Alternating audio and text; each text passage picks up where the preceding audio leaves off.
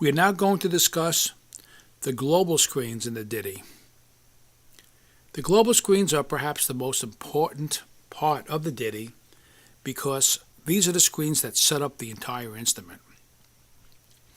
When you press on the global key and you hold it down, the first thing that it does is ask you to select the pad. You have the choice of manually moving to the pad that you want, the trigger input that you want, or you can set up automatic and it will jump to where you're working on. I have found that the automatic jumping is great after you've set it up once, meaning that you've assigned all the pads to the inputs and you've gotten all the training together. Then the automatic is perfect when you want to work in the kit edit mode to change note numbers or to change a velocity setting. But when you're first starting to set up the instrument, I found it to be much more useful to force it into where I'm working. In this case, I'm working on 2A. And then when I train and when I do these other things, it will never jump to another trigger input, which could really get you confused when you're trying to set things up. So again, all you do is you press on the global, you find the pad that you're working on, and you hit enter. So now, the next thing that the DITI asks you to do is to define what the pad is. In other words, what do you have plugged in here? So you go through the panel. Is it an in-head, an on-head? Is it a foot controller? Is it a cat hi-hat? Is it a drum tech product? Is it a cat ride, a crash? Is it just a trigger? Is it, is it an FSR zone? You find them.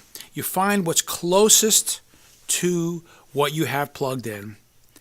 And then as soon as you hit enter, what it does, it sets up all the parameters that are involved in order to get the trigger to work right.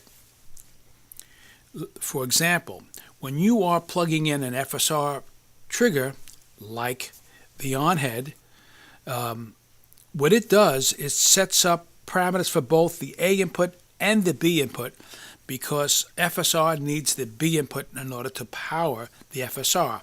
I'll show you that in a second. So we set up a pad type for on-head. So now we're going to look at what just happened. What it did was on the input type, there's a pad type to define what you plugged in. The input type tells the DITI what kind of trigger, what kind of input was plugged in. And in this case, we have the word trigger, which means that on the A, it's just acting as a trigger, meaning that it's tracking voltage as you hit it from soft to loud.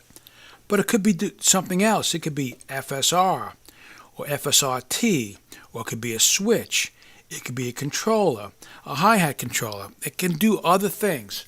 So the input type for the on-head did this. It set up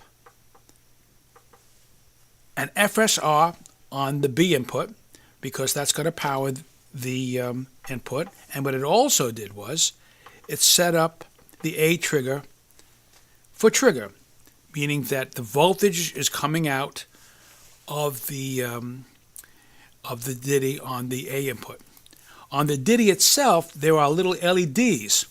When you see a yellow light, a green light, I should say, you know that you are working on the A. When you see a red, then you know you're working on the B.